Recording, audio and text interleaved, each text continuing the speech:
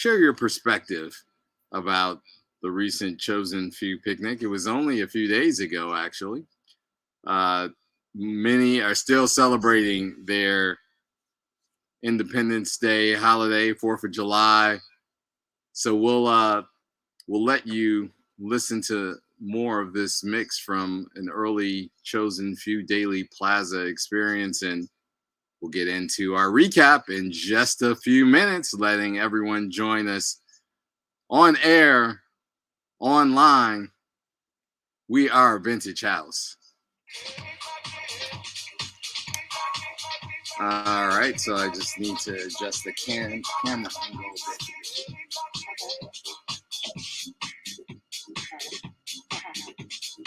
I didn't realize that's what we were. Yeah, it's kind of cool. Yeah, I mean, I can move over. Yep, it's just about providing. Oh, that's a great shot. But then you can't see your face.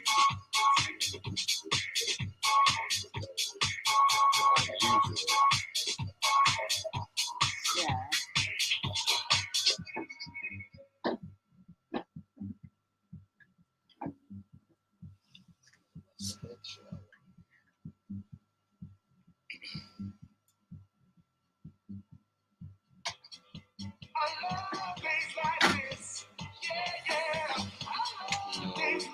College radio station. Oh, I know. I used to do my college radio station.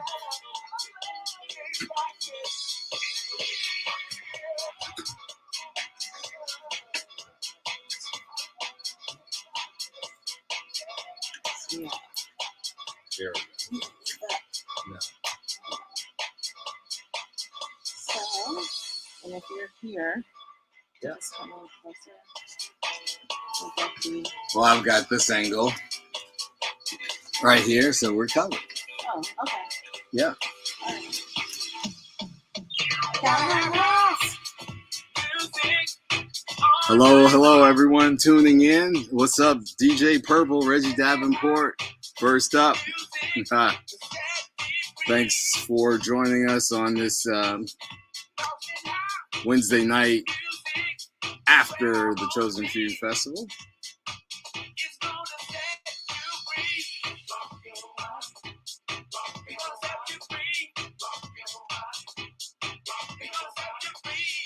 Make sure to drop your comments in, whether you're watching on Facebook, Twitch, or YouTube.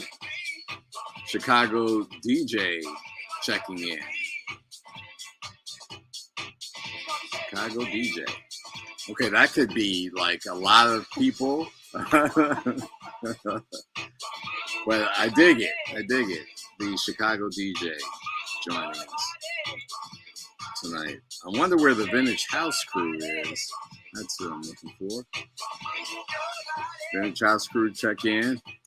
Yeah, it was another fabulous weekend. Reggie's got very specific feedback about an after party experience.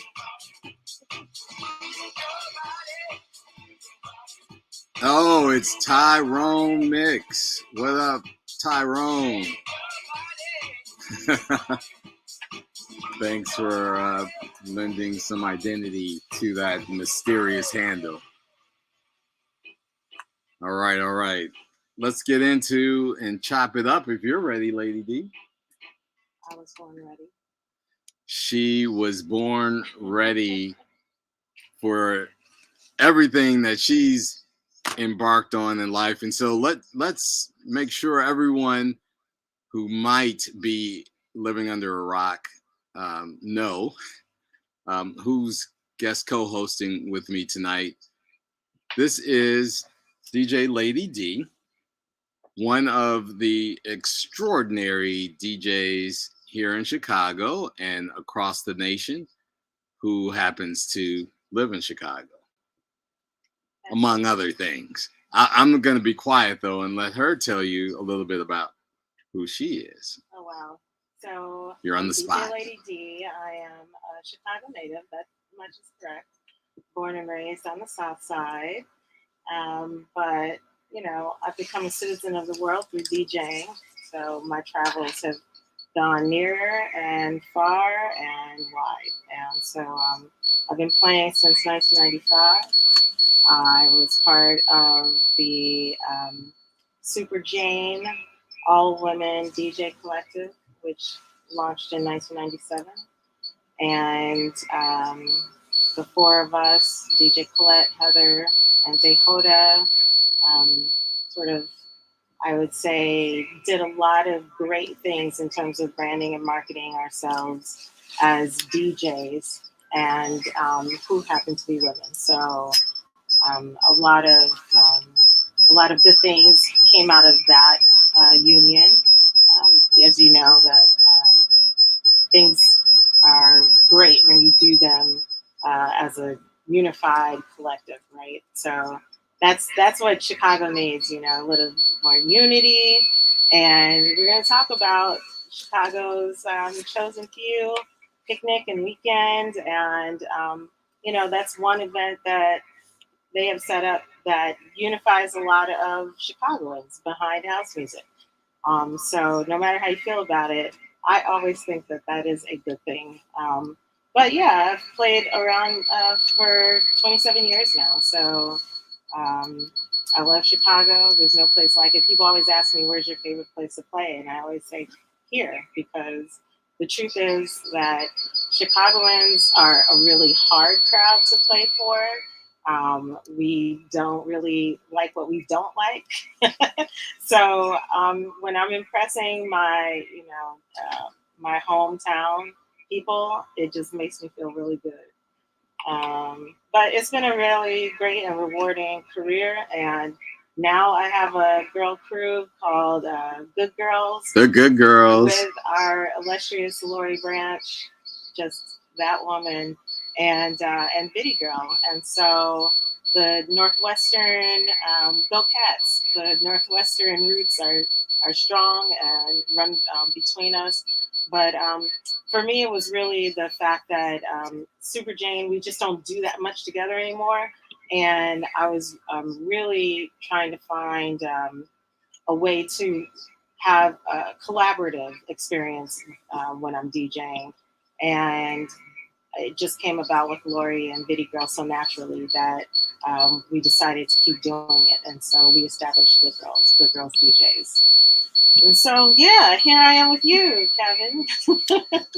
Hashtag honored. But that's pretty much hashtag honored to be here tonight with Lady D. I also want to express appreciation on behalf of the entire Vintage House crew for joining us at the picnic for our on-the-ground coverage of the Chosen Few's 30th anniversary picnic and festival. That was pretty spectacular. I think you kind of just plugged right in there, and certainly it made sense to have you here in studio with me tonight.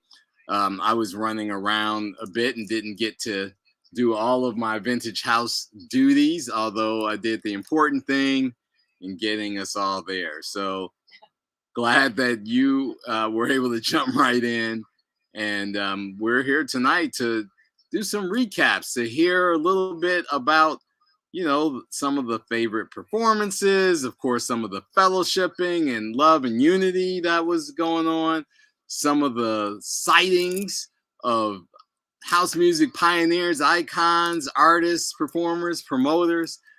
You said it already, that event brings the community together in a big way. Yeah, absolutely. I was really, you know, every year I think just because it gets bigger and bigger, right? The footprint is bigger. The more people hear about it, the more people want to come and at least experience it for themselves once. And generally, if you come once, you're willing to come again. So no doubt.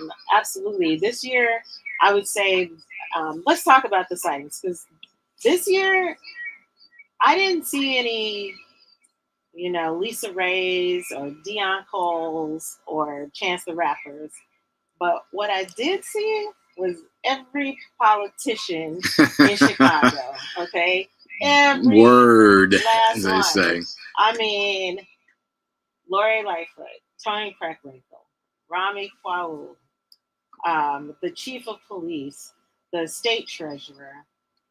Who else? There were so many. There were so many politicians. Yeah, commissioners, alder women. people. Yes. That's really. a powerful observation. And our regular co-host Lori Branch just checked in. Hey, y'all, she says. Hey, Lori.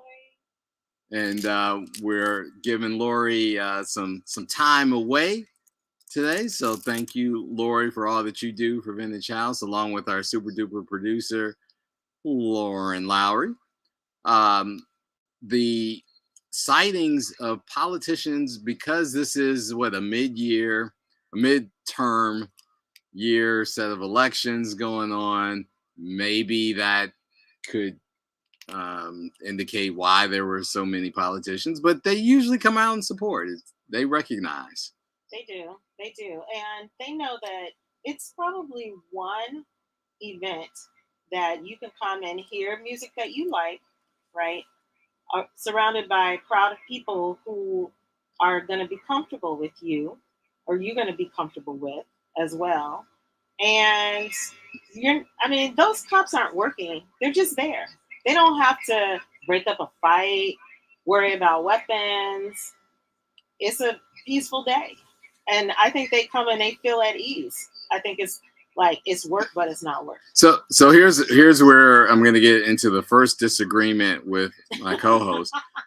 So they weren't just there; they were getting it in. Oh yeah, I saw so many dancing. Yes, I think they were breaking it down. I've seen several clips across social media profiles of some referred to them as Popo, some CPD, some Popo were getting it in. Chicago police officers. They weren't just present; they too were getting it in on the dance floor. They had some moves. They were. I'm telling you, they felt comfortable enough to let down their guard and dance. And you're not going to see that at Lollapalooza. What else wouldn't you see at Lollapalooza? No, we're not going to go there. But what is important? So this is not just the house music community. It's definitely become a civic event. Would you agree? Oh yeah, absolutely. Listen, when I saw Lori Lightfoot, I was like, okay, it's done. It jumped the shark. But no, seriously, to be honest, I thought it was very cool that they would say, okay, this is a constituency that we want to get in front of. This is an audience that are, probably most likely voters, probably most likely college educated, probably most likely professional working people. This is the constituency that I need to be talking to and I need to be in front of.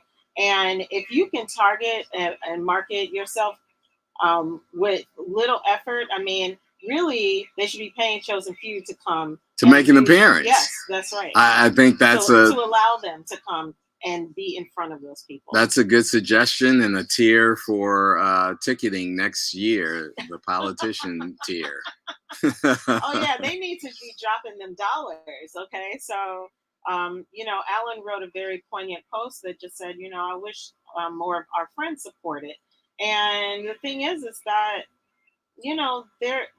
your friends do support. They support all the time, right? But they, maybe they can't do a $250 ticket.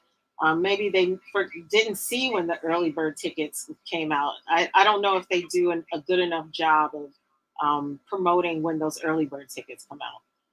That much I would probably say. So there's a significant discount there, right? But absolutely. You turn around and it's like, oh, that date came and gone, or no, I didn't see anything about it, and so people kind of miss that, and then they're kind of stuck with a tier. And some of us have aging parents, some of us are taking care of other types of heavy loads, so certainly you definitely do have. People don't have always that disposable income to put towards entertainment. So you want to make sure that you're still leaving, some of those options open for people who really do want to support. They just can't support at a specific level. So the suggestion box has been opened, and we've got a couple of good suggestions here already for next year's festival. I'd like to innovate a little bit on what you just said. You know, Illinois has had this college fund called Bright Start. Yeah. That has allowed people to put away money to get ready to send their kids to college. Send a young person to the Chosen Few Picnic 2023. Bright Start. Bright Start may need to carve out a fund. I love that. I love that. To get your GoFundMe up. I would love to have a VIP ticket to Chosen Few Festival next year. Would somebody help me go? You know, just give me $1. $1. Every person gives $1. That's, you know, that liked my post today. I would have a VIP ticket. So I'm not sure if we've opened the suggestion box or Pandora's box on this one. But of course, you know, so these are some of our observations, and I know many are tuning in because they want to hear about perspective on some of the DJ sets, some of the performances. So let's kick it off with you know, top of the morning every year. My man DJ Greg Gray kicked it off 8 a.m. Yes, back in the saddle. Okay, so there were a couple of years, 1 or 2 years, where Greg wasn't there, but he had been doing it traditionally year after year. He was that first set, and that first set wasn't always at 8 o'clock, right? Because they didn't always start at 8 o'clock. But the bigger the picnic grew, the more they tried to get in more artists, more performances, more bang for your buck. So, and because people bring their tents, bring their grills, bring all of these things to make their experience, you know, one of a kind, they had to start opening those gates early. Okay, well, you can come and start setting up at 6 a.m. or whatever the case may be. And then it was kind of quiet. And I think, I don't know who started it, but it was like, let's get this music going early. So Greg Gray started initially doing that 8 a.m. set. I know he used to come and help with the sound and stuff too. And nobody else wanted to play that early. So it was really, really smart on his part to say, this is another way I can make myself useful. And people enjoyed that, you know, this earlier start. And so you'd be surprised at how many people are there at 6 a.m. unloading their cars. Oh no, not surprised at all. I used to be one of those sleeping tents and coolers and chairs and building out, you know, many communities in Jackson Park myself at 6 a.m. because we wanted a pristine spot, not too close to the dance floor, but you know, close enough to hear the music, close enough to see our peeps as they were walking in. But there were many people who actually said they were sad because they missed Greg's opening set as well. 8 a.m. just didn't work out for them for whatever reason. Yeah. Well, I got to talk to Greg, and I know he felt good about being back this year. And he did. And so, yeah, you know, some things should change and some things should stay the same, and that's one of the things that should stay the same. Well, speaking of things that change, that lineup, particularly among the Chosen Few DJs, shifted pretty radically this year. Well, I think they really try to do that every year, don't they? Because if you had to play the same spot every year, that would not be fair, right? So it wouldn't be fair, but there might have been some instances where there was some continuity associated with how that lineup played out. But this year, you know, after 2 years off, what's that continuity? Like, okay, so if I know that somebody is playing at 10 a.m. every year and I want to see that person, I come at 10 a.m. to see that person. That is what I referred to as continuity. Yeah, absolutely. From year to year to year. But see, I guess from what I understand, like some people they actually do try to curate the experience. Absolutely. Okay, so the curation There's a lot of work that goes into that. Okay, I would be sad, right?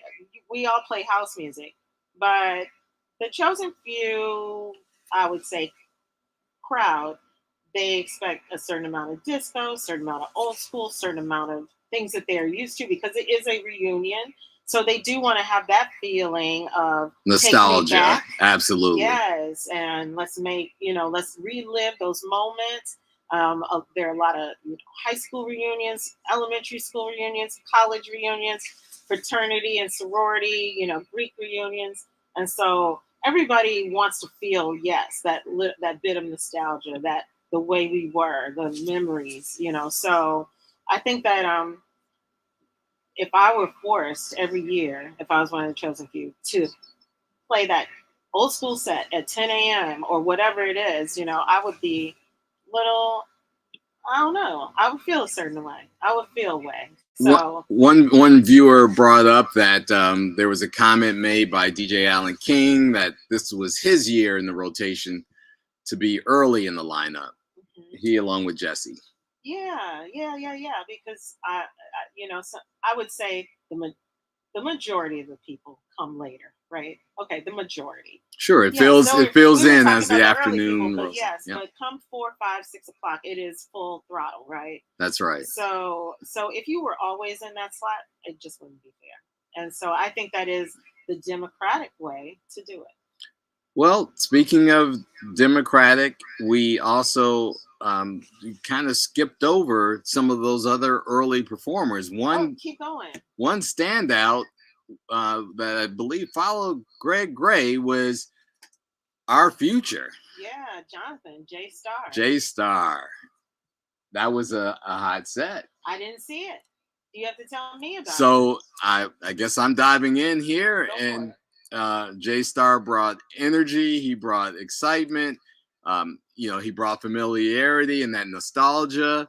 He's obviously been schooled in understanding the audience that is there at the picnic, and he engaged them, and it was a good set. It was hot, and people really enjoyed it and were encouraged about the future of house music.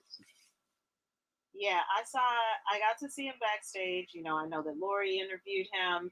I saw a lot of people talking to him and, big up in him. And this is a kid that has been playing for a while. He reminds me of, I don't know if you guys know DJ John Simmons, but when John Simmons came on the scene when he was like 17 and started playing. Now, John is not 17 anymore, he's in his 40s, but it just, it's giving me those vibes. Yeah, like it's always great to see young, fresh talent, great energy, somebody who is, just as dedicated or driven to be in the community, who has parents that care or also themselves really understand what it's all about. So they know how to push and encourage the kid to, really spread their wings and fly. And I think that J-Star definitely has been coming along, as they say, over the past couple of years, has made some great relationships. I think he's being mentored by one of the chosen few. So anyone online, feel free to chime in a little bit as well about your take on the J-Star performance. Yeah, but I saw him being encouraged by a lot of people. I know he talked to D-Train when he got off. We'll talk about the performances in a little bit, but I know that he talked to him a lot, pretty extensively. So that had to have been a really nice moment to just absorb the history of it all. And I'm sure he had an amazing day meeting all the people that he did. So. He did. You could tell back of house he was talking to as many people as possible. He got out into the crowd. He did have his day there. When Mike Dunn was playing, he went up front on stage. He was on stage. He was dancing, getting it in. So after J-Star, we had Alan King, AK the DJ, with a sort of a gospel-y infused set. I called it praise music. I was loving it. Tell us, you actually recapped that very nicely. Yeah, because I listened to half the set. It was live on Facebook, so I was happy It about that was because live on Facebook. yeah, somebody was streaming it live. Oops. Well, lucky me because I was in my car headed over. Yes. Lucky you and a few other and I lucky was trying folks. to get there at 10, but you know how things go. I had to get, I was like, I don't know if I'm going to need cash. I had to stop at the cash station, all this stuff. So anyway, I get there. It's about 10:30. Parking is just bananas. And so it's not, actually, I got there around 10:15, but the parking situation kind of, and so I ended up, I shouldn't tell anybody my secret, should I? Anyway, I found a secret parking You got a space. secret parking Yeah, I found location? a secret parking space that was excellent. But I had to go to the VIP, well, the Will VIP call entrance, will call entrance. Yeah. Well, I had to walk over all these, whatever. It was a lot of construction. It was like climbing a mountain. I kid you not. Mainly because I wasn't wearing like gym shoes, right? So it was my wrong shoe choice, but I didn't know that I was gonna have to climb Gibraltar. Lady D, you're being quite vague here about your attire for the picnic, but I'm gonna. She's cracking up over there. I'm gonna let it. I was about to dig in. Platform shoes. Okay, Lady D is both talented and fashionable, ladies and gentlemen. I have some platform shoes, but I didn't know that I was gonna have to climb the Rock of Gibraltar to get to the will call. So anyway, I really literally got to listen to Alan King for 30 minutes while I got to will call, and by the time I got in, Alan was ending, and Jesse Saunders was starting. Jesse came up next. Yeah, but I was loving everything that I heard all the way there, from in my car to parking to the hike up Mount Kilimanjaro. Purple said you parked in the Bat Cave. That's your secret. Yes. That's your secret parking location. Like a Bat Cave. Well, we're glad you made it, and you were there, and like I said earlier, providing excellent coverage of the events on behalf of the Vintage House Show. Make sure you check out the Vintage House Facebook page. Probably by this weekend, we'll have up some of our incredible interviews and more of our photographs with the attendees of this year's festival.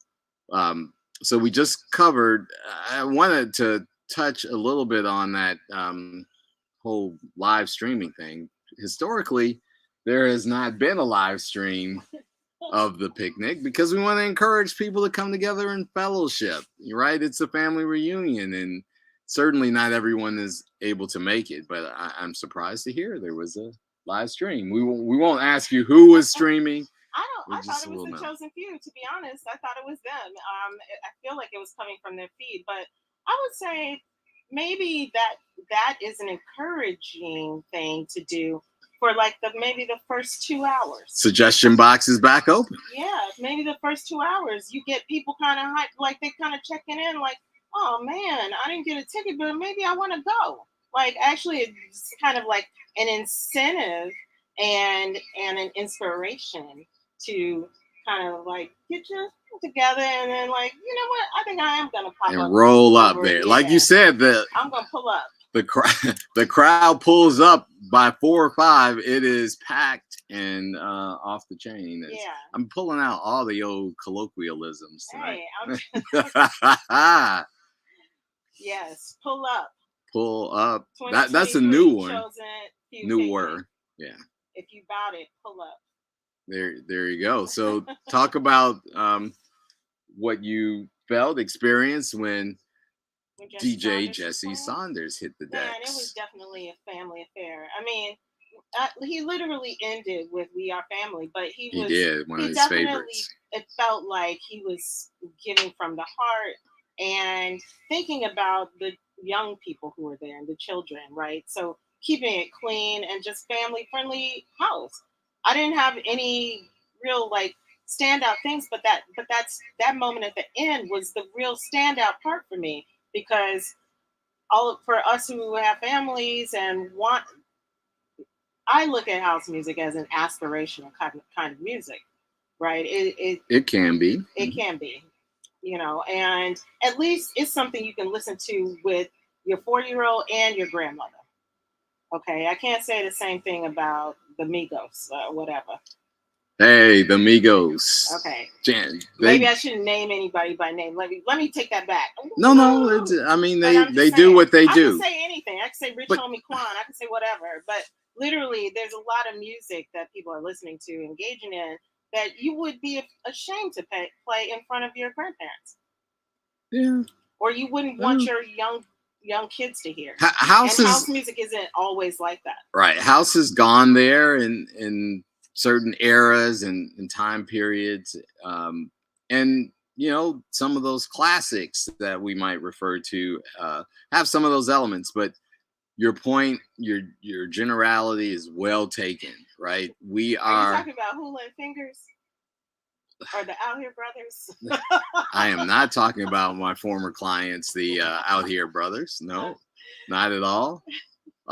There was actually a moment during the picnic. It's kind of funny. One of the politicians was on the grounds, and we brought some of those classic. No, it was a track or two. No. One of the politicians was in the space when a track, very popular track, was played. But we digress. I need a sidebar. I don't know what you're talking about. Well, it was later in the afternoon. People had been. I can't, because then I'd have to hit the dump button. I did not preface the show as being an explicit show. So does it rhyme with duck? What are you talking about? We'll come back to that one. We've got a lot of people tuned in, including the Vintage House team. We are WNUR. This is Street Beat. This is the Vintage House Show. It's your main man, Mega. I'm in studio with DJ Lady D. We're just kind of chopping it up. We are having a great recap discussion about the Chosen Few 2022 picnic and festival. So I enjoyed Jesse. I thought it was very pleasant. He did. He had a hour of the day appropriate set as well. Agreed. I concur. So you've written a recap on your Facebook page somewhere. For those who haven't checked it out, this is, it wasn't that we saw this and invited Lady D. She was on board with the Vintage House team early on in our plans for coverage of the festival. And then we talked about her coming on and sharing her perspective. So it's just all been synergistic. And like you said, we love working together and working with you and bringing unity into this community. So we're glad to have her, and we're glad to have those of you tuned in chiming in as well. Tyrone Mick says he's enjoying it. Excellent, Tyrone. Hey, how you doing? Reggie Davenport says, yeah, we're in safe harbor hours here on WNUR, but we're not going to go there. So after Jesse Saunders, we had another DJ perform. That was one of the internationally renowned guest DJs. Yeah. Osunlade. I thought Osunlade tore it up. He, like the other DJs who performed before him, again brought the heat. Yeah, I felt like the day kept progressively getting better, right? So it literally was like a stairway to heaven, pretty much. Listen to that analogy. I know, I love that, right? Yeah. Off the dome. It was the set that I noticed where people started to come to the floor in droves, right? So he was speaking their language, and and early on, there's enough room for the dancers. So the people who really like to dance and get down, they were forming their circles. They Yes. came out. They were doing their stretches and plies and releves and the African dancers. They all came out. They had that moment. Even like think about this track, Mirror Dance. Like he just started to bring that flavor, that deep house, Afro deep feeling. So to me, I think he really like struck a chord, and that chord was ding, like come to the floor, and they came, and so I felt like his set was pretty like seamless, like from song to song to song, and I felt it. I really felt it here. I was like, wow, he brought it. And I've heard Osunlade many times. Sometimes he does it for me, sometimes he doesn't. On Saturday, he did it for me. He did what needed to be done. He did the damn thing. Since it is safe harbor hours, I could say damn thing. He did it. He did the damn thing. And surprise, surprise. Surprise? Yeah. He brought out Obvious. That was a surprise performance. It was not on the schedule. It was not on the lineup at all. And I thought there was another surprise that I might have missed it. Oh yeah. But yes, Obvious Obvious with the hot track came out and performed. The timing of that was impeccable. Yeah, this is for Legacy. Watch how we getting down. I wish I had it to pull up. Those tuned in online aren't able to hear our music bed, but those tuned in on WNUR or WNUR.org are hearing this track that just happens to be in sort of the same similar vibe. Yeah. But the Vintage House Show team calls out that Osunlade is from St. Louis. Yes. But he has a Yoruba vibe. Yes, and his record label is Yoruba. It is called Yoruba, absolutely. Yeah. He's got a very great relationship with Chicago. He's been coming to Chicago for years. Yes. Some of his best friends are here. Thinking of my girl Delilah. And shout out. He's played at all the venues, from Smart Bar to Cafe 606. It's just he's a friend of the house community here. A real good friend. Absolutely. I was going to say friend of the house show. Rhonda Flowers and her crew have had Osunlade out quite a bit in the last couple of years as well. Yeah, one of my favorite labels. But that was one of my first favorite surprises when Obvious came out and just rocked it. And I actually have some of that footage on my recap, and that's on my personal page, Darlene Jackson. It's facebook.com, The Real DJ Lady D. So if anybody wants to go to my page, it is public. You can see it. That's not my fan page, which is DJ Lady D Chicago. Yeah. I didn't want to give out the government name over the air, so I'm glad you did. But yes, that page is filled with exceptional content, and I encourage you as well to check it out. Well, I really wanted to get it out of my system, right? Because I wrote it last night, but the picnic was Saturday, so it took me a few days to just kind of reflect. Reflect. And here's the thing: I thought I lost maybe half of the pictures and videos that I had taken, but turns out they were just in another part of my phone. So I was thrilled when I saw that. So it made me even more, willing to go ahead and put it all down. And I was glad at the reception that it got. The post is public; you can see it. I got about 200 likes, and somebody said, everybody that read it said it made them feel like they were there. So for people who weren't there, that's the experience that I wanted to give them in the way that that's why I wrote it the way I did. I think it was spot on. And I wish that some of our other actual media outlets would provide the kind of experience that draws you in, that eliminates the FOMO feeling, and enables you to really have that takeaway that you kind of touch the sky, if you will.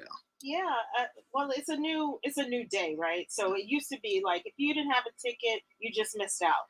But now you've got Hulu putting festivals on. Um, Essence Fest was just on Hulu. I Yes. watched Coachella on Hulu. I think Bonnaroo may have been on Hulu. So it's going to be a brand new day. If you are a very smart and enterprising person, I would try to get the Chosen Few Festival on my channel. Well, again, the suggestion box is open. I also did encourage members of the Chosen Few to join us. As you might imagine, from way back a whole week ago, they've been going non-stop, and we'll certainly anticipate hearing from them soon about their perspective on how things went. We want to certainly give them that opportunity as well. But continuing through the day, we had the first performance. It was definitely live. It was a hot mic with Obvious out there during the Osunlade set. But that was not where the live performances stopped at all. No, they did not. So after Osunlade, we had Terry Hunter, and Terry did something pretty incredible, right? So a couple things that stood out because Terry, he actually got on the mic and said, "I don't normally get on the mic, but I have to just tell y'all how good this feels," and that just that just warmed my heart. That made me say, like, okay, so we're we're having real time moments, real time emotions, real time, right? So we all try to, strive for this perfection, right? So who's gonna stop your hot set and just be like, hold up, let me just share myself with you right now. Let me open up. It got personal. Yeah, let me be vulnerable right here and just tell you how I'm feeling. Because I'm sure he's looking out and people, the floor is packed. Osunlade left him a really beautiful floor. People are starting to still come in droves. And it's Terry Hunter, right? So the legendary Terry Hunter. And he gets on and he just like gets, a little caught up in the moment and says, hold on, I got to talk to you. I got to talk to you. And I thought that was beautiful. And then a little shortly after that, he turned around and said, no matter what you think about Beyonce, she came back to the crib.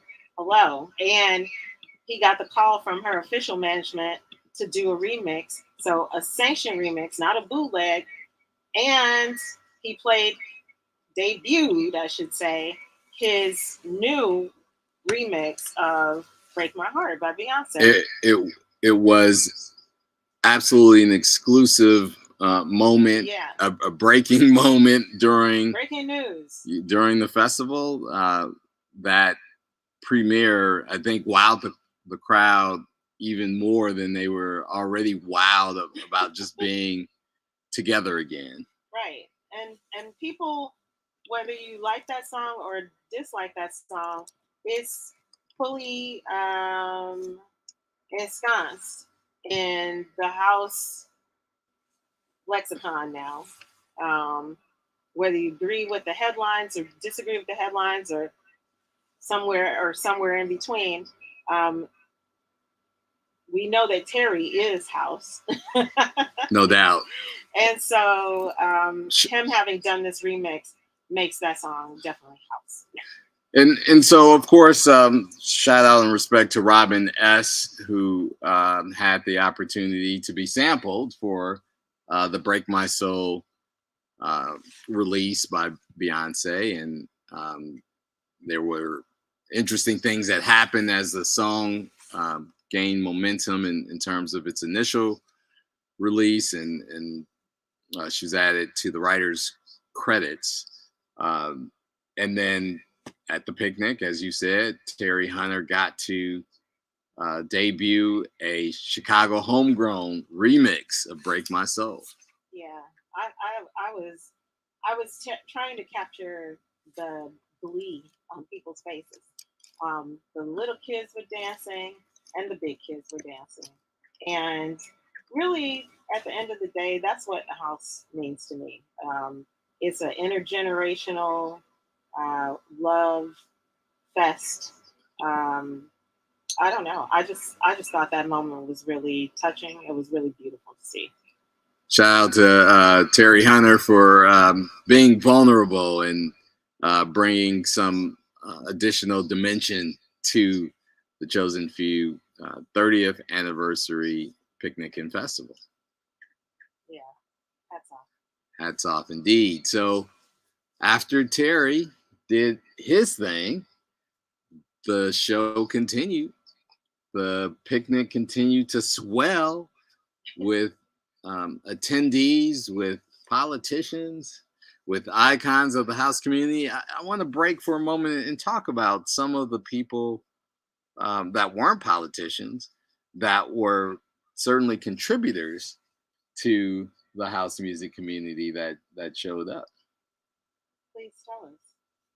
Well, Lady D, of course, as I shared earlier, got to do some coverage and interviews for the Vintage House team. The Vintage House Show team was out in full effect.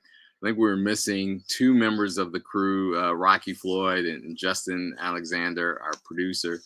But our executive producer, Lauren Lowry, DJ Lori Branch, DJ Mo Mami, Carl Jenkins, myself, we were all there along with DJ Lady D, talking to some of the icons about what it felt like to be back in the park, to be back together after that 2-year hiatus. So Yeah.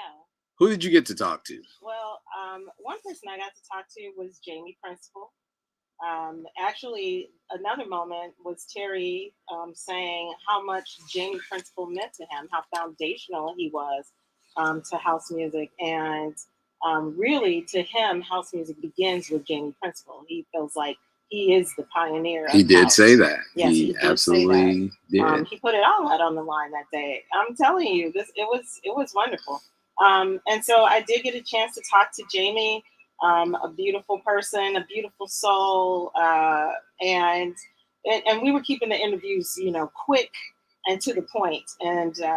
And he just said it means everything. It's a reunion, and I hope that you guys get a chance to see all of these interviews so that you'll go back to that Vintage House channel and check them all out when they go up. But yeah, I got to talk to him. I got to talk to Shantae Savage.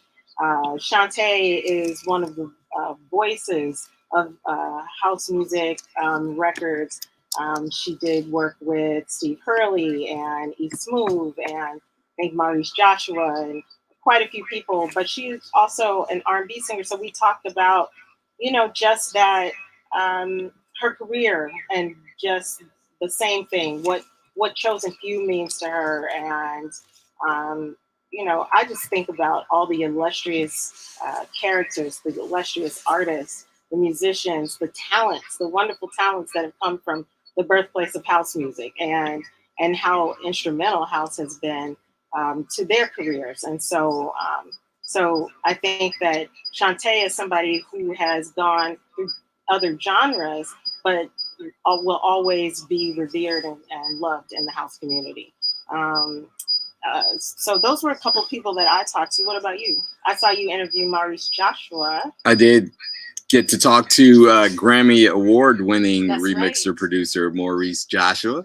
As he reminded me during the course of our interview, not that I had forgotten, but hey, we got to celebrate ourselves and our flowers, indeed. And so he was thrilled to be back out there, to be among his peers and colleagues as well.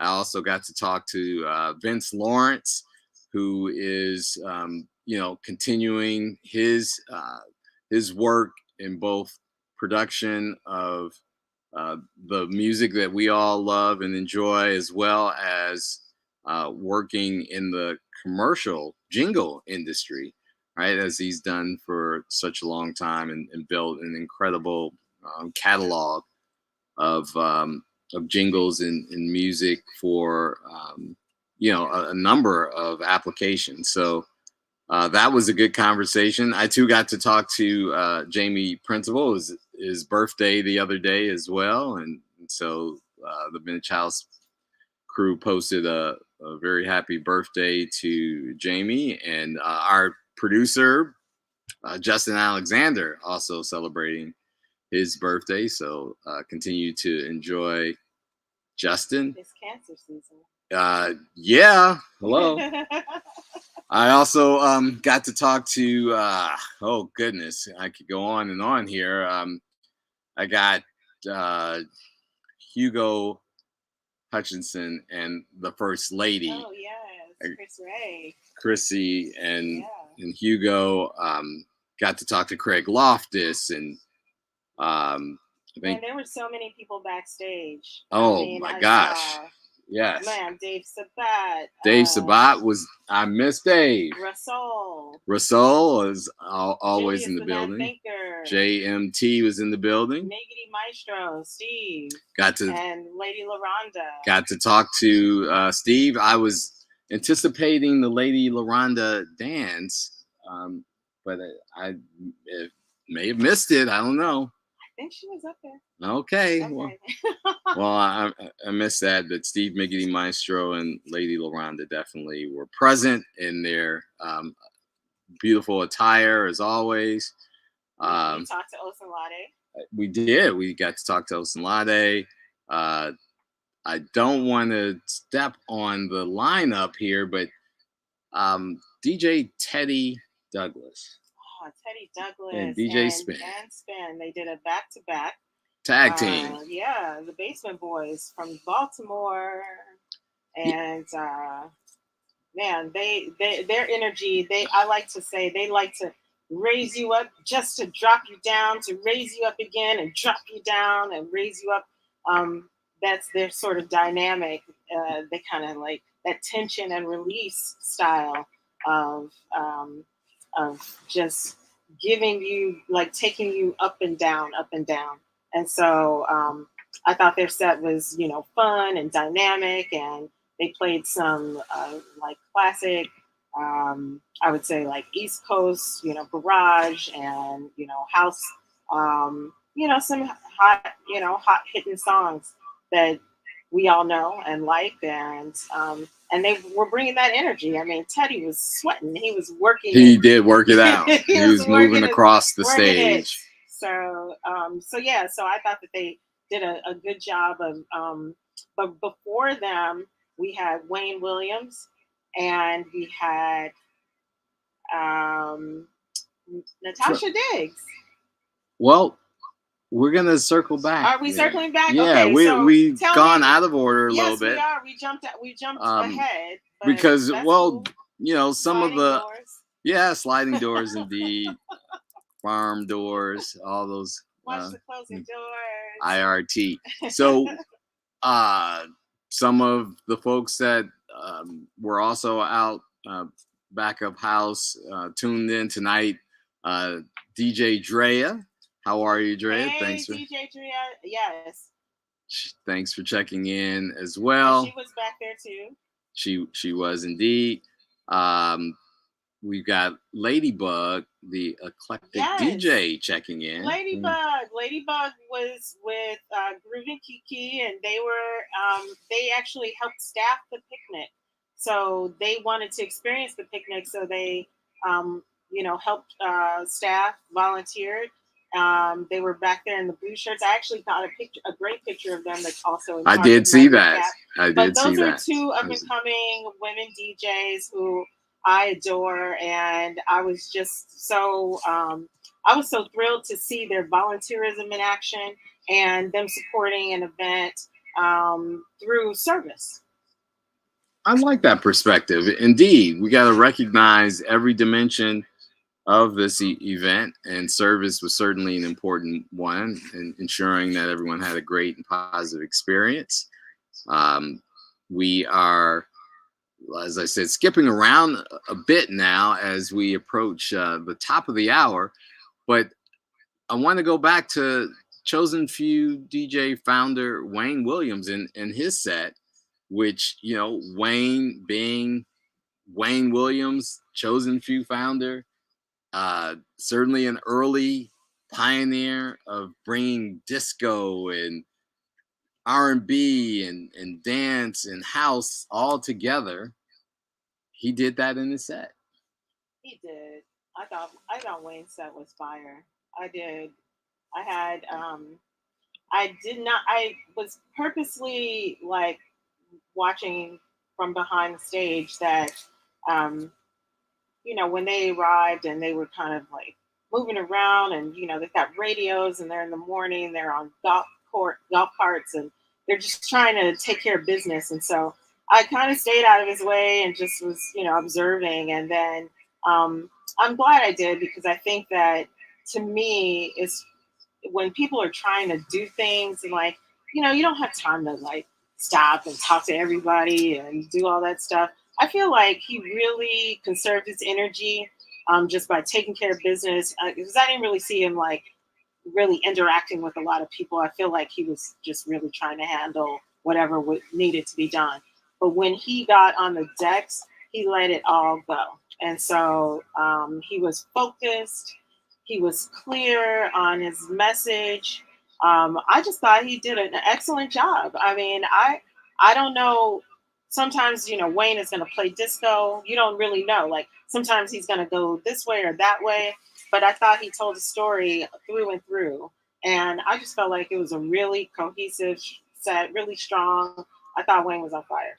And I would say that the pinnacle for me was he played a Prince remix, The Beautiful Ones. Yes. And I think that's when people really started to lose themselves. Like, if this was the power plant or the warehouse, they would have been climbing the rafters and the Mendo bi-level disco, whatever. Yes, they would have been hanging off the roof. I mean, this is when people they started yelling and started like the more like primal like instinct and urges started coming out. People were just all of that. So so I didn't see that before, but I feel like during Wayne's set, he just really brought that out of people, and that was a nice moment, because you need that at a house party at some point. Another powerful observation from DJ Lady D. I mean, again, the recap, the intentionality of being present and checking out your peers on their performances.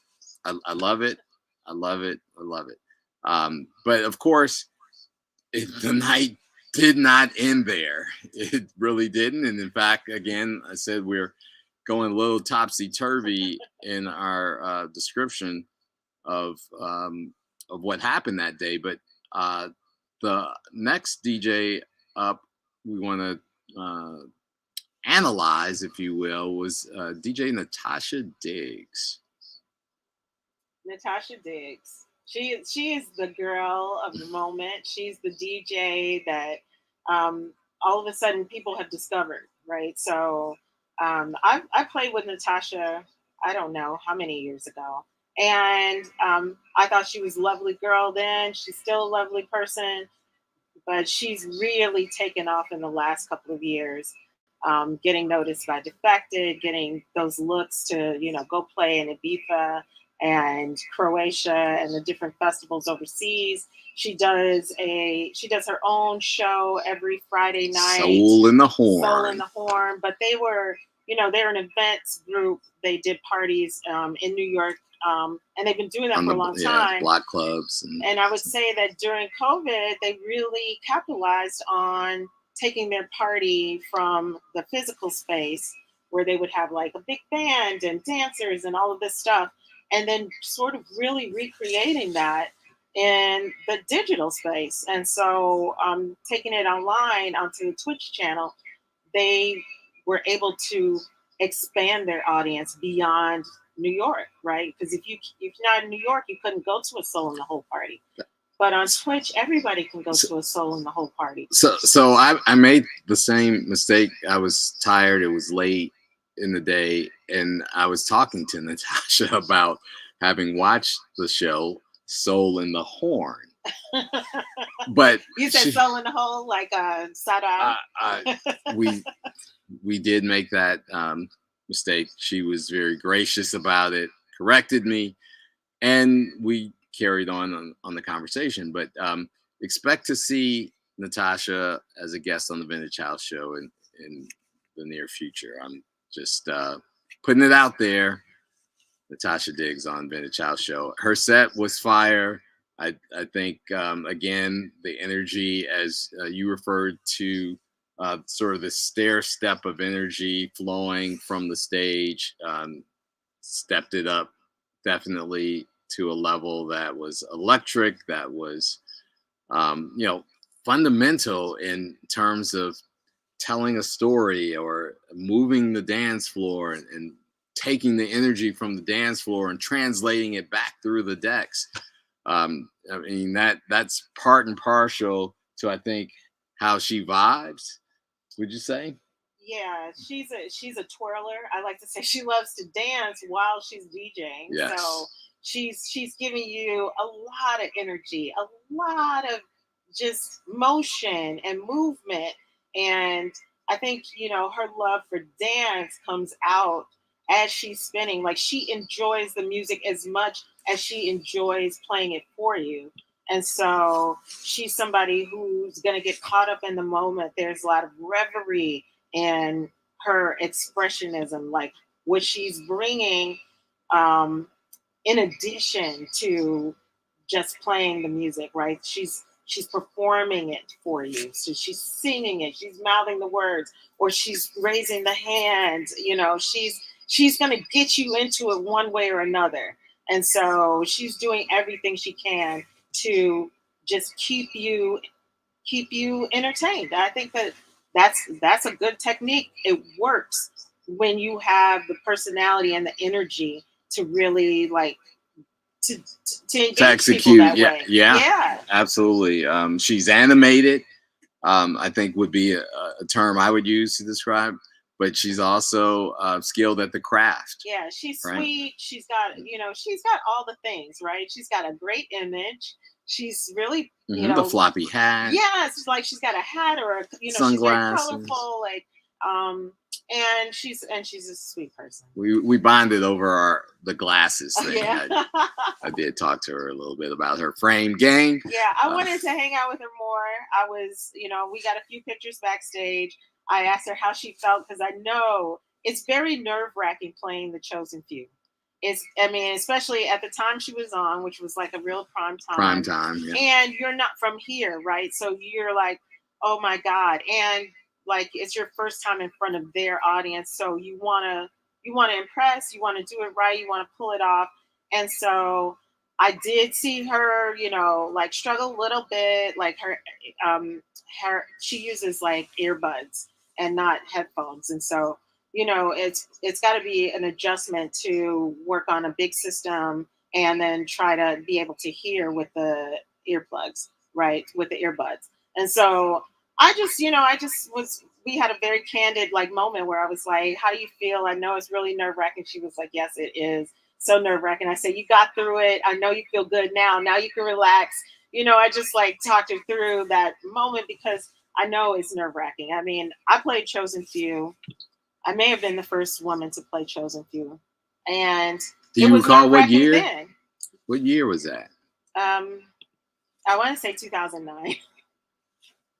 2009. Yeah. We'll go into the archives. It's between 2009 and 2011. It was the first year they took up the lineup. Park. Okay. The very first year they went over there, I believe. So. Some 13 plus years ago. Wow. Yeah. Wow. So we're gonna give the WNUR 89.3 FM and HD1 Evanston, Chicago. We are the Vintage House Show here during Street Beat. It's your main man, Mega. I am in studio with DJ Lady D. We're going extended. We're extending the remix of the Ben and Chow show tonight, I guess. Remix. Speaking of the remix, can I just jump in? Because that's something that Dajae does. Yes, go. So Dajae performed, and perform she did. So she started out with a couple of tracks that people don't know Didn't very recognize, well. yeah. They don't recognize Time. Time is such a great track That to she me. performed it. Yeah. Right? So she started out her set with that, and then she moved into another one. It's the You Got Me Up. It's the original like version of it, which people don't really know. But then she goes the remix, and then it launches into that classic, Cashmere horn line, dun dun dun dun dun dun. Dun, dun, dun, dun, dun, dun, dun. And so people recognize that. So then they go up for that. And then she finishes, really strong with songs that people know. So like Beautiful. It's my favorite. It's my favorite. So, and everybody knows. Understandably so. Right. Yes. And so that was a real treat to have Chicago's own Dajae on stage performing what are clearly a classic. Doesn't do those records justice. Come back to me in a minute, and I'll have a term for them. They are gems of anyone's digital crate and catalog. But brighter days. That was how I entitled or hashtagged my post, because that day in July every year that we're able to gather together are brighter days for me. And this was a particularly bright day, July 2nd, 2022. So just glad to have been able to celebrate it with so many. So you just reminded me of something, because the song that I always think of is Days Like This, and it's the DJ Spinna remix.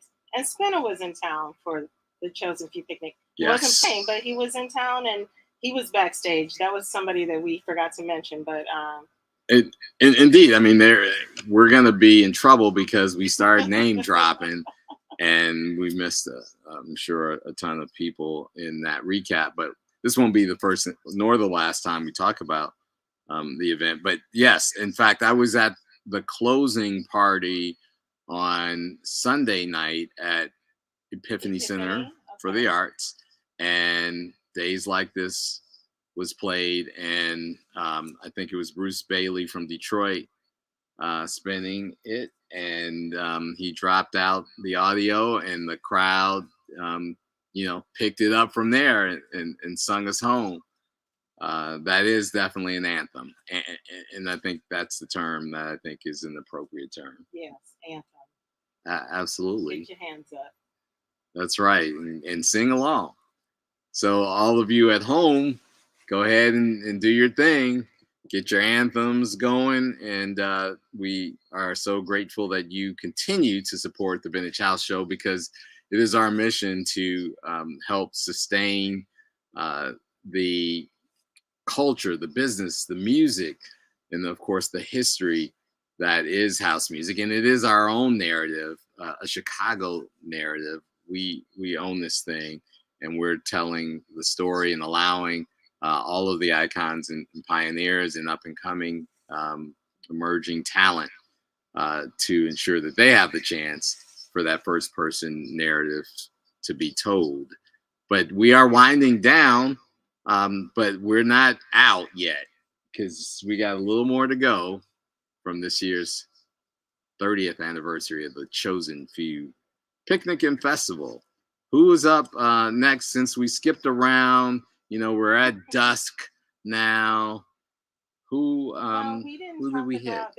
Who did we miss? Yeah, we missed D Train. We didn't really talk about this performance.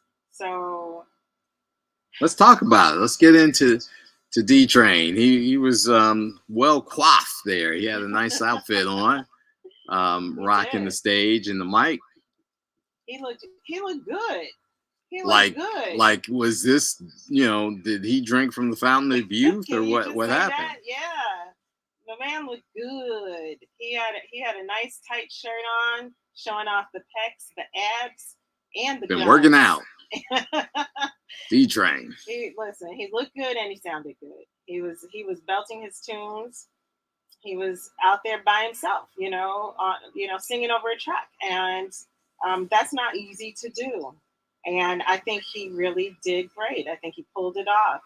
Um, every year of Chosen Few, you're not really sure how people are going to come. We're talking about artists who had long careers, but who may not be performing regularly, right? So you don't often, you just don't know. Sometimes it's hit or miss. Sorry to say. But I can think of a few performers where I wish I hadn't seen them because it didn't do their career justice. But that happens sometimes. But listen, I haven't given you my final grade on this event, but when we get to the end, I will let you know how it ranks to me in terms of all of the other years that I have been to the Chosen Few. Okay, that's fair enough. We're going to be scoring the Chosen Few. Get your box scores ready. Yes, tell me what years really rank 1, 2, and 3 for you. But I'm gonna say D Train was great. D Train played or sang the hits that we wanted to hear. Okay, he started out with a lesser known but a good one, right? Like, yes. Walk On By, right? I forgot he even did that song. I forgot he did a version of that. It was a cover song that I think the dance and disco community embraced and recognized him for. So he warmed us up. He warmed himself up with that, right? Absolutely. And then he got to the stuff that we really wanted to hear. Yes. The keep ons, right? Because we all kind of sang with him on that one. Jesse was singing with him. I was singing with him. The audience was singing with him. Sky is the limit, and you know that you can have what you want, right? Or have what you need. Get what you need. Be what you want. Yeah. It's tired. I'm tired. I'm not gonna even try to.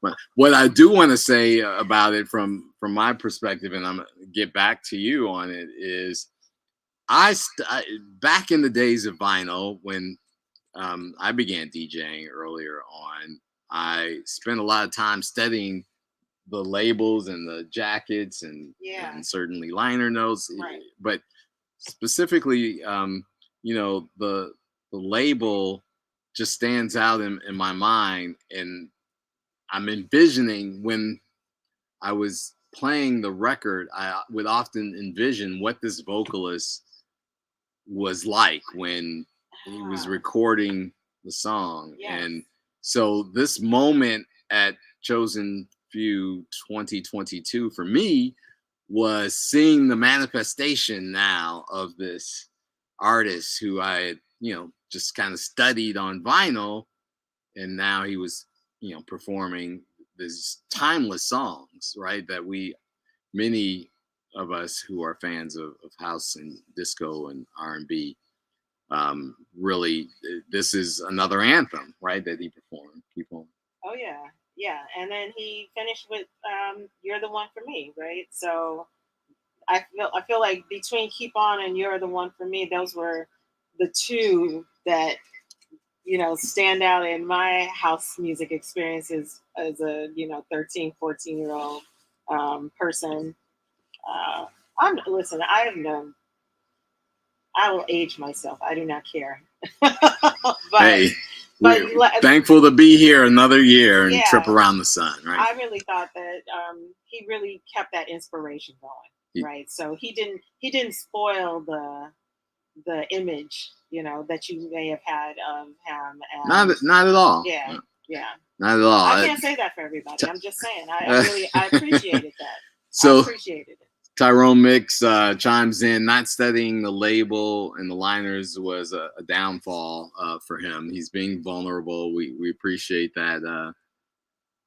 Sometimes the folks who can recall all manner of production information. That's that's good stuff. Yeah, that's funny. I was talking to somebody about that recently because we don't have that anymore. And so, if you ask somebody like, "Oh, if they're you playing something from your flash drive," and they're like, "Who is this?" And you're like, "Oh, hold on, I gotta check." Back in the day, you would know immediately because you had looked all through that vinyl. You want to see, like, you know, the liner notes, like who played the horns, who played the percussion, who did everything, in terms of the production. And you just don't have that anymore. Because when I buy a track, I don't But read that artwork, and I don't even actually. It'll give you the option to keep the artwork or not. Like you just don't have that the room for the storage, storage. yeah. And you're just like, no, that's okay. Just give me the music. There is, that's a topic for another show. It is. It is. But we certainly do appreciate the work that goes into booking talent for the Chosen Few Picnic and Festival. It's become a thing. We expect it now. We expect to have some of those nostalgic moments brought back to us, and it's all about the music, as the Vintage House crew chimes in and says. Yes. So after D Train. After D Train, so we kind of get. I know we skipped around, but we got to talk about Mike Dunn. DJ Mike Dunn. Yes, we have bounced around. We but we changed the order of how some of things went down. Sliding doors. So, they are. Yeah, but okay, so we can say that Carla Prather came out and performed. And I miss Carla's performance. Yeah, I think she just did one song. So I think she was another like surprise pop hitty Here I Am. And it may have been a new song that she has coming out. And I may have been interviewing somebody at the time, but I was kind of like running back and forth to the stage because I love Carla. She's somebody I She's adore. A friend of the Vintage House Show, absolutely. Yeah. Particularly during the pandemic, she spent a lot of time with us. I have a good excuse for missing her performance, by the way. I was liaising with the mayor and her team. Oh yes, yeah. Well, when Lori calls, she had a very magical moment there at the Chosen Few Picnic. So I missed her on stage, but I did see her backstage. So yeah, she was getting swarmed back then. Yeah, she was. There was a lot of love going on cool for that. Yeah, Mayor Lightfoot. Her team seemed to be cool with that. She was very comfortable around the folks. It wasn't like stand back, it's the mayor. Everybody was close, taking selfies with her. So another, good day for her. Yeah, yes. Because she had just recently been at the Pride in the Park. That's where, she kind of raised some fingers to the Supreme Court. Indeed, she did. And she stands by those words, ladies and gentlemen. She said what she said. She said what she, thank you. That was the quote. I said what I said. I said what I said. So that was my excuse for missing Carla. Okay. Carla, I hope Carla you came in, she did her thing. It was short and sweet. And, she was just another great addition to the whole day's lineup. But let's talk about Mike Dunn, because to me, Mike Dunn brought that underground to the forefront, right? So Mike does his, Tuesday nights at Reynolds. That's a night for the deep house heads, the jackers, the speaker freaks, and he did not disappoint. He brought that to the stage of the Chosen Few. The funky one is DJ Reggie D, aka DJ Purple, calls out.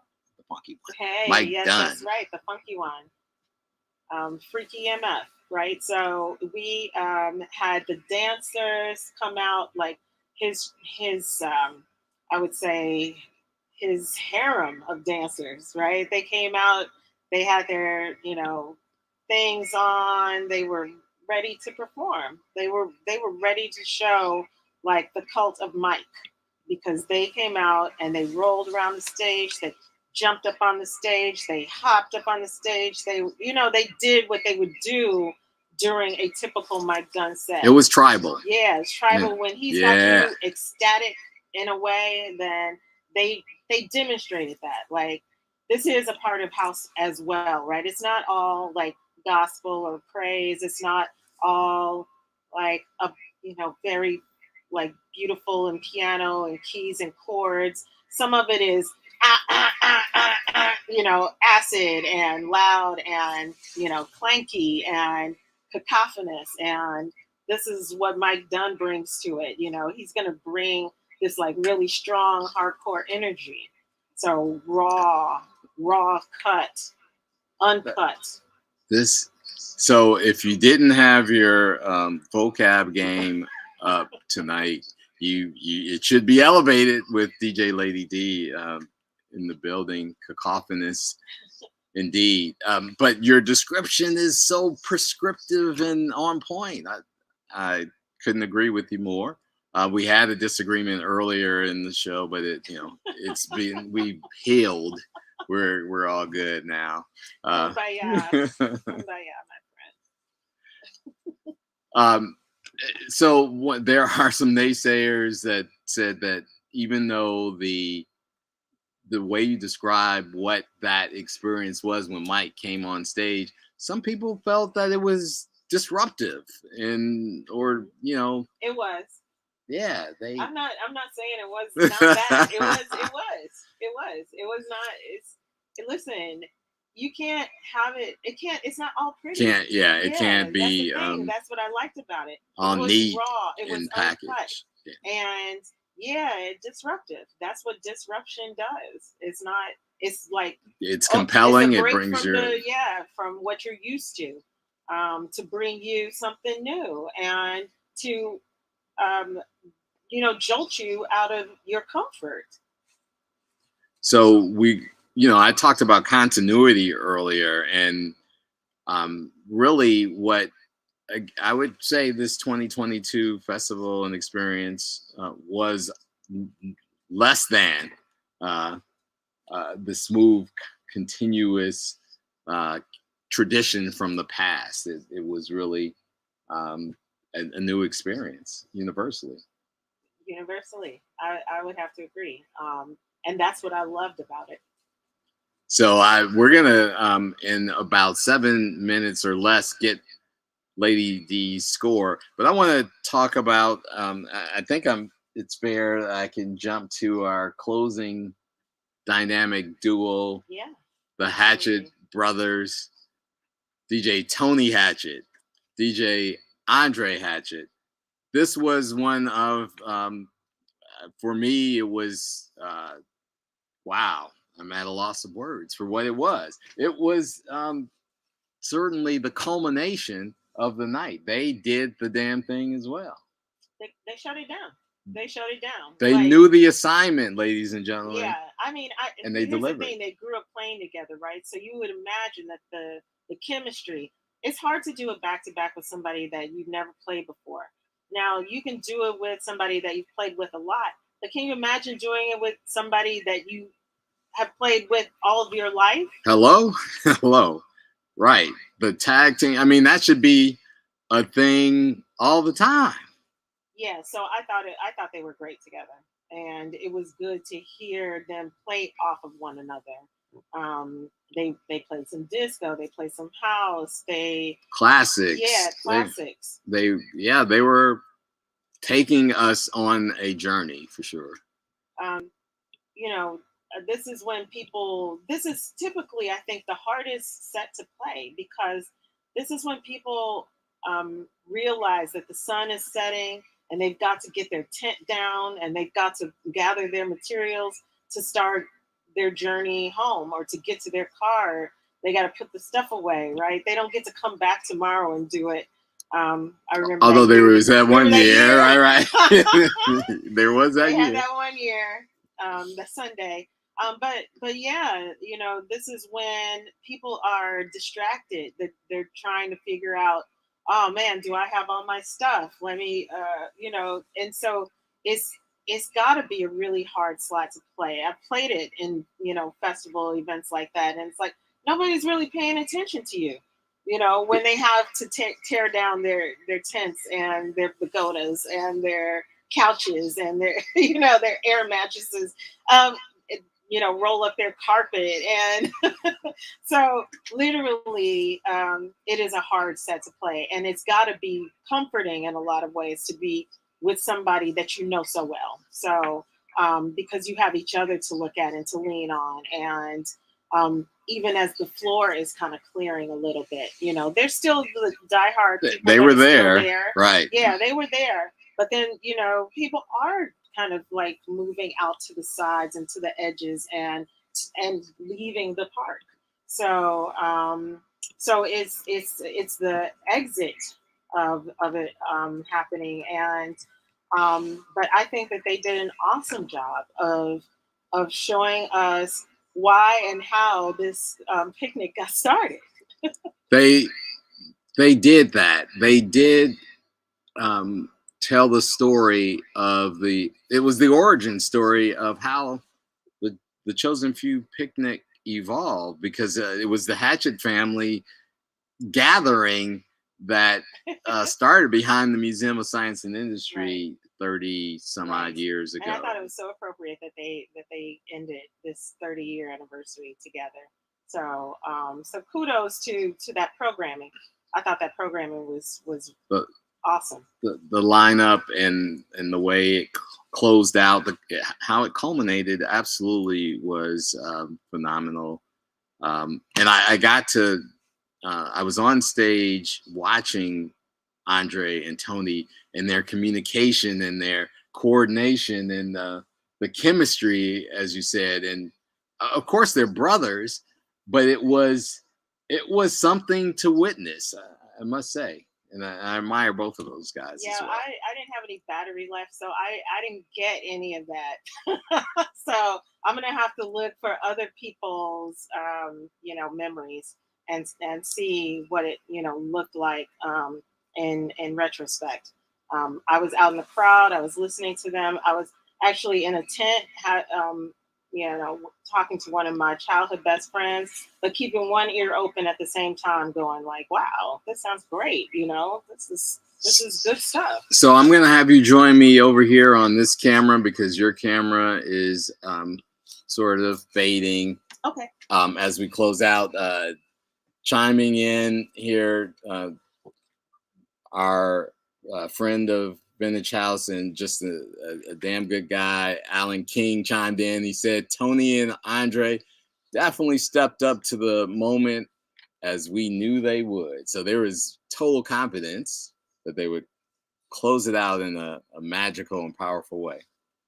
Yeah, I think the last time I had been to Chosen Few, Andre had played early in the day. So so it was nice to see them, switch up the hitters and let them, shut it down at the end. So that was great. Yeah.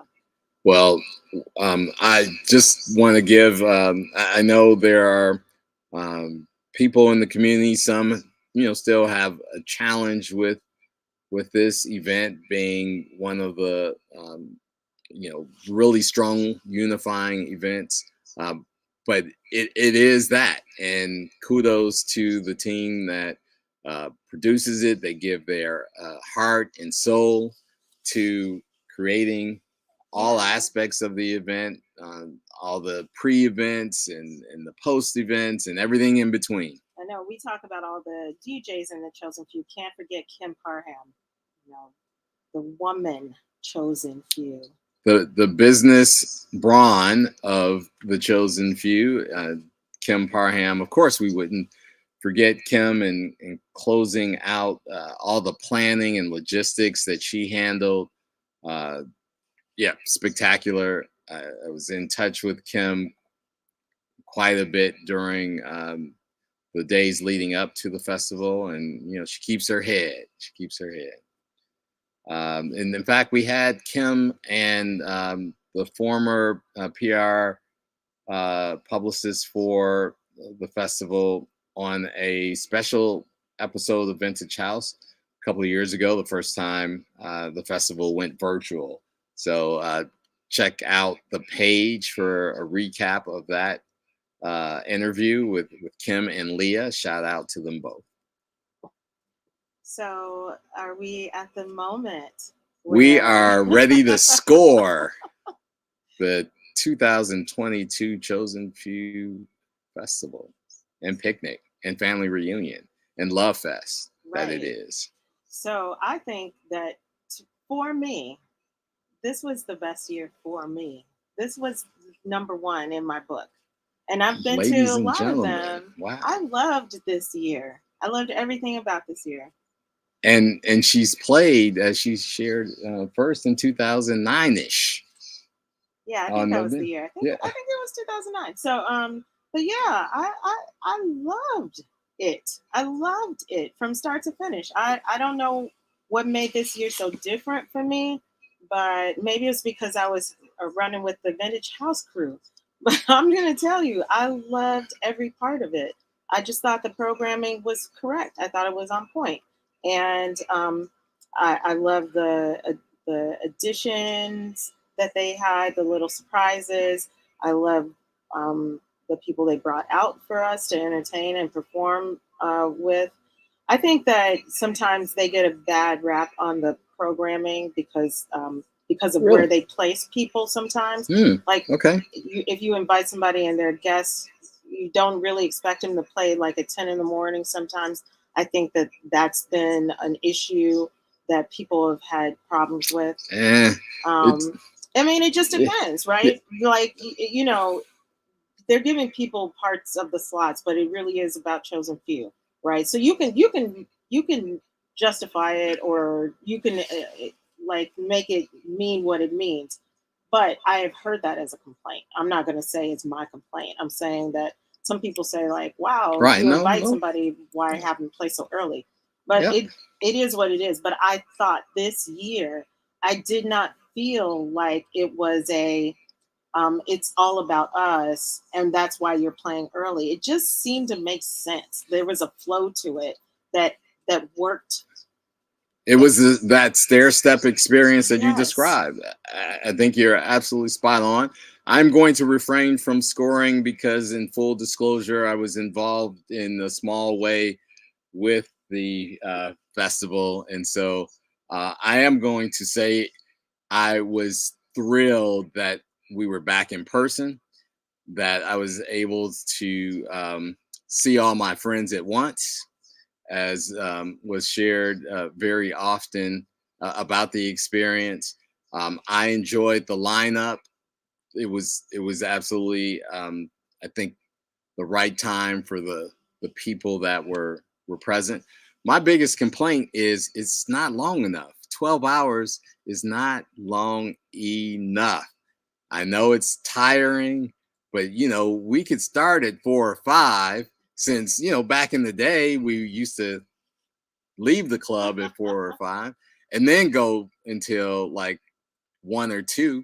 But I know suggestion box is open again. We open the suggestion box again. I do know that the city has these things called noise ordinances that kind of get in the way of being able to go past a certain hour of the night. But it really is such a magical opportunity, you know, to reunite with so many people under the guise of the music that has been part of the nostalgia or soundtrack of many of our lives. It's a creative and powerful outlet for so many, for DJs, for remixers, for producers, for dancers, for party goers, as we recognize, you know, every year it's really a moment for the city of Chicago. I couldn't have said it better, Kevin. That is exactly how I feel about it. It is a great unifying South Side based event, and I think it's so important that it's on the South Side, and it shows people what house music is, what it's about, where it came from, and where it's going. And I love that people come and show up with their whole families, and so it's still a very family oriented event. something to look forward to every year. And so, based on what happened in 2022, I'm looking forward to year 31. So I Same here. encourage the guys to go out. I did notice, lots more sponsors this year. Go out and get some more sponsors. No go doubt. out and get some big name platinum sponsors, and let's keep this thing going. 2023, here we come.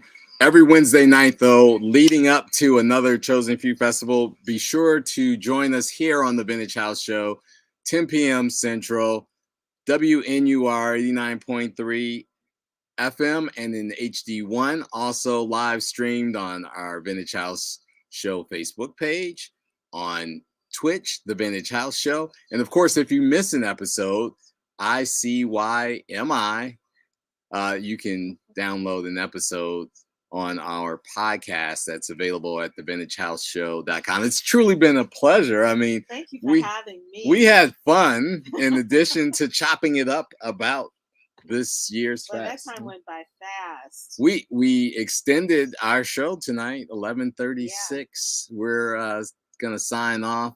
We thank everyone for tuning in. Thank you, Alan King, for the opportunity. Scott Lee, DJ Purple, DJ Drea, the Vintage House crew, Lori, Lauren, Justin, DJ Momami, Carl, Rocky.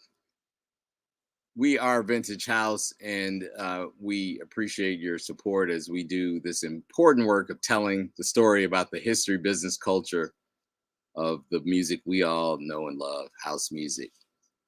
Check us out next Wednesday, 10 p.m. Until then, be well, be safe, and we'll see you next time on Vintage House. Ooh, we got into some hip hop there in the background. Oh no. So yeah, the sustainability of house music. So we are Vintage House After Hours now. The sustainability is part of the mission of Vintage House, as well as many others. I mean, the Chosen Few chimed in big time with putting J-Star on the lineup. This thing will continue. Young people who have come with their parents are being rebellious when they say, yeah, no, I'm not going to either pick up the craft or whatever. It's like church and religion. You expose the young people and show them the way that it should go. They may take a break for 20 years before they come back to it and into it. So I have no fear. I've got one of those kids as well. You too? Yeah. My kid loves house music, but right now they're really into like indie, pop, rock, the stuff that the kids are listening to. Yeah. So, but they're not opposed to going to a house party, right? So, or getting up and dancing, or coming to a set where I'm playing and actually enjoying themselves. Getting into the experience. I also want to shout out DJ Tyrone Mix, who tuned in over the entire course of the show. Yeah. Who was saying they should take a shot every time I say it? That was Tyrone. I caught that like briefly when it flew by the thing, and I said, "Oh, that's funny." So we're gonna get out of here again. Love and peace to everyone that's tuned in online. We really appreciate you. We're obviously gonna have DJ Lady D back with us, probably for some of her masterful craft on the ones and twos, as well as on the mic, because I'm really vibing on her vocabulary. I'm gonna go home and pick up the dictionary when I get home. But shots.